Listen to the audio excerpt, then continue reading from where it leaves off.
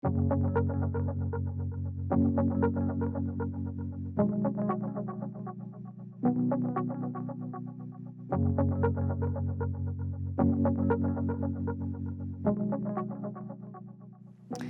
there's one thing I did want to show you is mixing tinctures. Do you all want to see that? So we're going to keep it really easy. So these are 16 ounces. They come in 8 ounces and 4 ounces, but these big ones here are 16 ounces. So what I wanted to do is make a sleeping tincture. Let's just say I was working with someone who is having an issue with sleeping and like winding down and kind of falling into sleep. I would say, okay, well, it sounds like they need a couple of different things. And what I've had a lot of success with is a combination of valerian and skullcap, passion flower, mimosa, milky oats, and some holy basil. So I'm going to do this in equal parts. I could have just made this really simple math and just done 4, which I still can. But if you have 16 ounces, so we're going to do the math on that one. And there's other ones. Lemon balm work with that? Mm-hmm. Lemon balm is wonderful. Hops is also wonderful. Kava kava is another one. 1, 2, 3, 4, 5, 6. We're going to do 2.5 ounces of each in one of these bottles. And then we're going to make the mother stock bottle. So we'll have enough to last us a whole year. How many drops do you take of that? They're flexible. I could tell you my comfortability, the book I was referencing before, he really breaks down his experience over the years with the dosing. And so I take about 30 drops. So that's just a dropper full. But you could start at 15 and just see how you felt. I will add that I'm one of those rare people who've had valerian. It actually wakes me up. Yes, I'm glad you so my son is the same way. I learned that the hard way. I had made a glycerin valerian tincture and was giving it to him to help him wind down, and we didn't go to sleep till 2:30.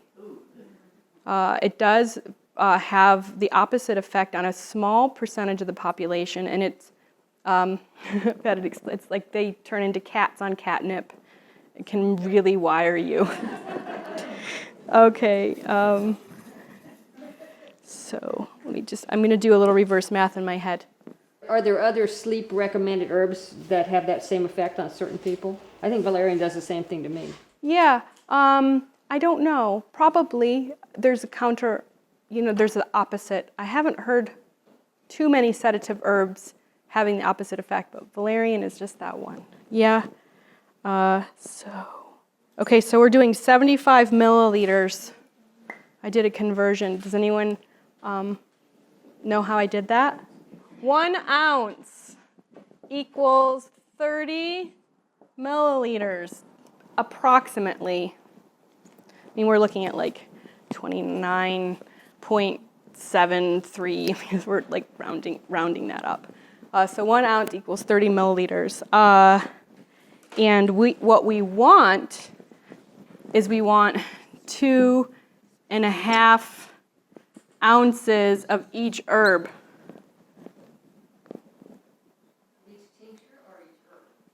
Of the fluid. Okay, so you're working with tinctures right now. You're mixing tinctures. Yes, mixing tinctures. So I'm giving you kind of an idea for if you want to. I'm doing equal parts tincture.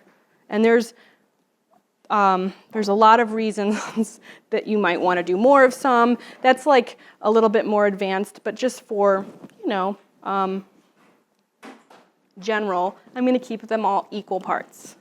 So, You have fluid ounces then? Because they're already liquid. yes. Yes, fluid ounces, thank you. So, we are going to do 75, because these are milliliters, I'm measuring with milliliters. Do you see how I'm converting? Okay. Yes. I'm just going to start with my okay.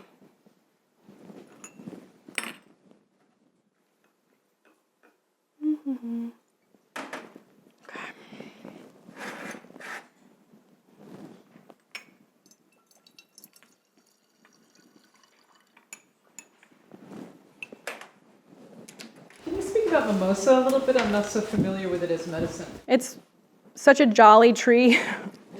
It's been used in traditional Chinese medicine. You can use the flower and the bark. And that's an example of something I would do, just a tincture of the flower and then a tincture of the bark. Sorry, I'm down low because I'm paying attention to my measuring. So it's known as the happy. It brings the happy plant or the happy tree. It's a really great plant in permaculture because it's a nitrogen fixer. You will see it. It doesn't get to be too tall. It's about 30 feet tops. But it helps to bring like a sense of peace and calm and joy. So it's so beautiful to make a tincture out of the flower. It's one of my favorite trees, but I never thought to make medicine out of it. I just sniff the flowers. Local farmers cut it down. It's very invasive. Well, it is invasive in many states, and so, yeah, it's seen as a total nuisance. The farther south you go, you will see it everywhere, and people are just like, I can't stand that. So do you have any comments about potential toxicity for humans with this plant? Like the farmers say it kills their cattle. I'm not sure. I'm not familiar with the cattle. I just know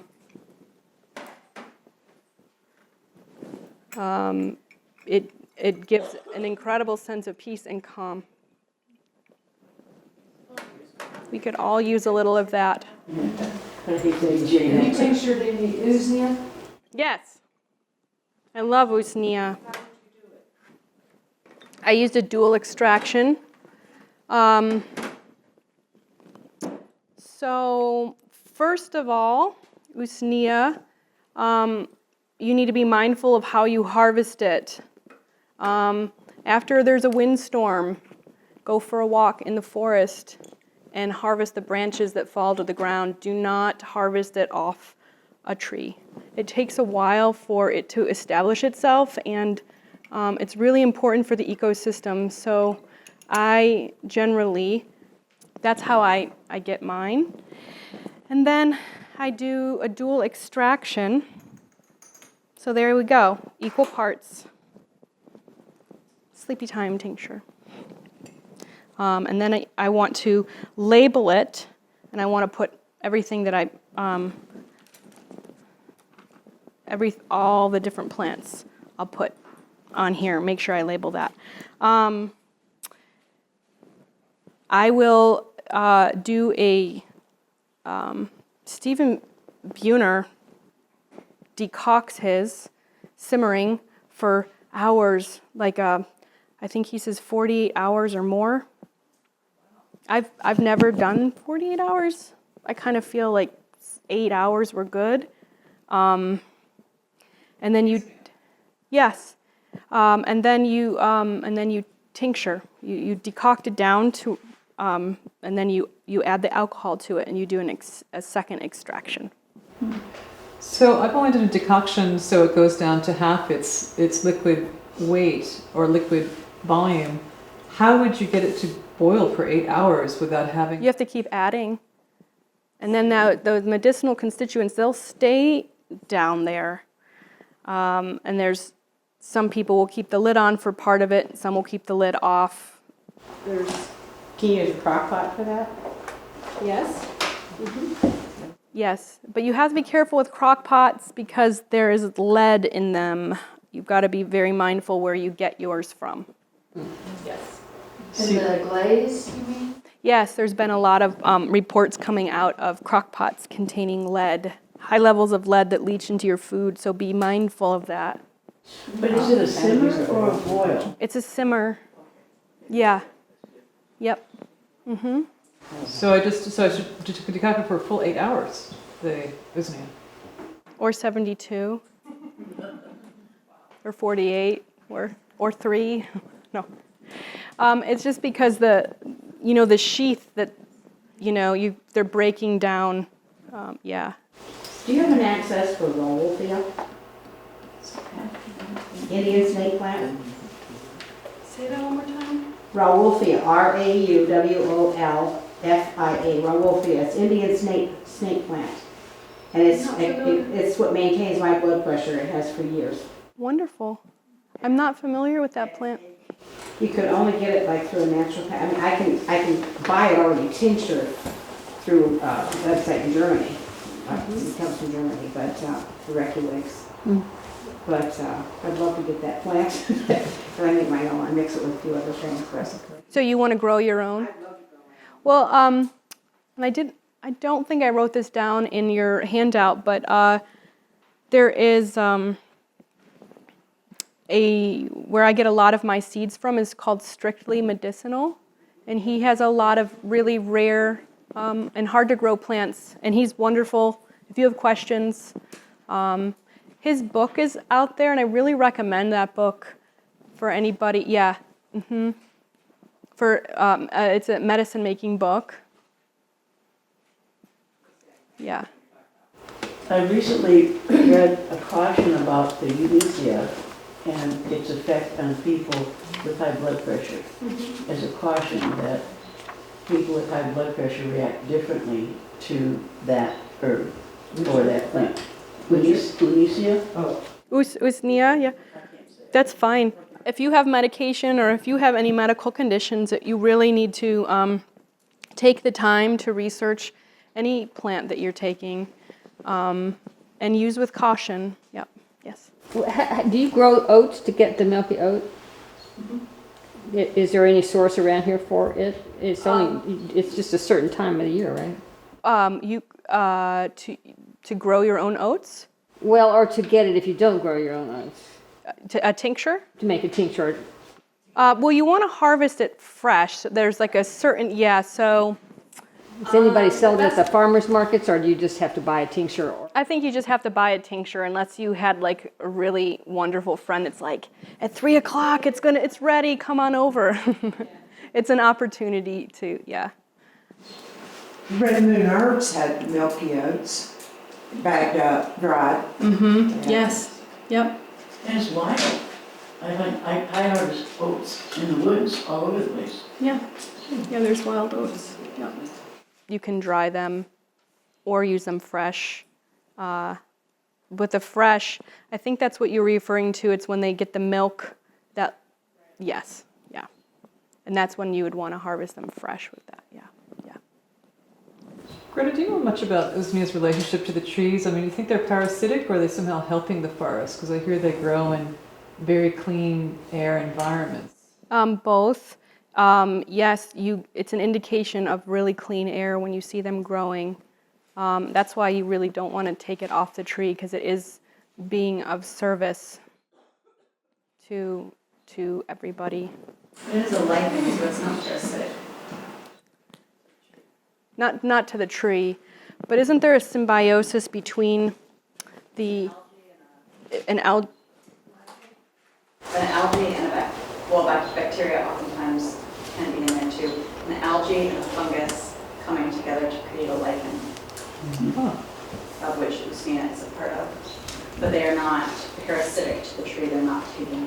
Not of the tree, but correct me if I'm wrong, are they parasitic to each other? They need that symbiotic relationship. In order to maintain Yeah. being a lichen, yeah. Yes, but not to the tree. Yes. Yes. So, is there any more questions? Your echinaceas, do you wait till they're a couple years old to harvest? Generally 2 to 3 years old. And yeah, and when I do it, I generally, I don't like to take the whole plant, so I'll divide it. I usually use that as an opportunity to divide the plant and separate it and not take the whole thing, but sometimes I do, yeah. Got anything up there we can taste? Yes, good question. I could pass around the tincture of echinacea if anyone feels like they need it. Let me do a little rinse on the outside because it was a little overflow. And just try a couple of drops, like 3 drops. All plant medicine, you should take as much as you want. Well, that's not true. That could be very, very dangerous.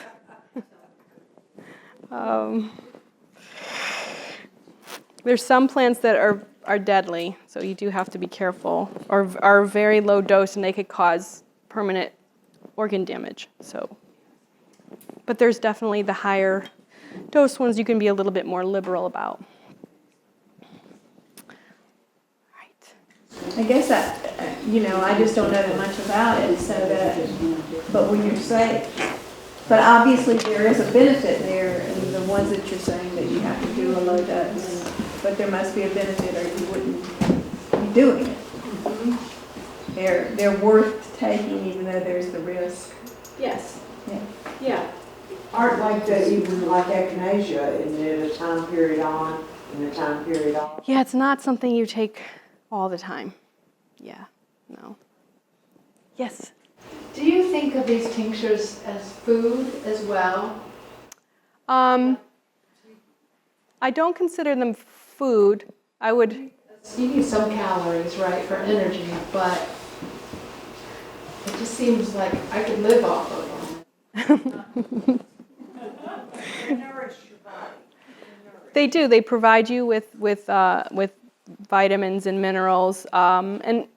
But like I said, if I can, I'll eat them fresh, like the chickweeds and the nettles and the. Do you have that back there? But yeah, I think they provide you with your basic nutrients, but not as a food so much, no. So I heard one person say, I'm feeling it on my tongue right now. Yes. And they said, if you don't feel it on your tongue, then toss it or something like that. That it's not vital. It's not vital. You need to feel that little numbing. Yep. That's what I found. The difference between the angustifolia is much stronger. Like it's like the purpurea, you can feel it, but it's not as strong as the angustifolia. Yeah. All right. Well, I invite everybody you can come up here and check these out. And there's books. These are some of my favorite ones. I recommend taking a photograph of them. Then you kind of have it. So thank you all so much for coming out. This has been so lovely.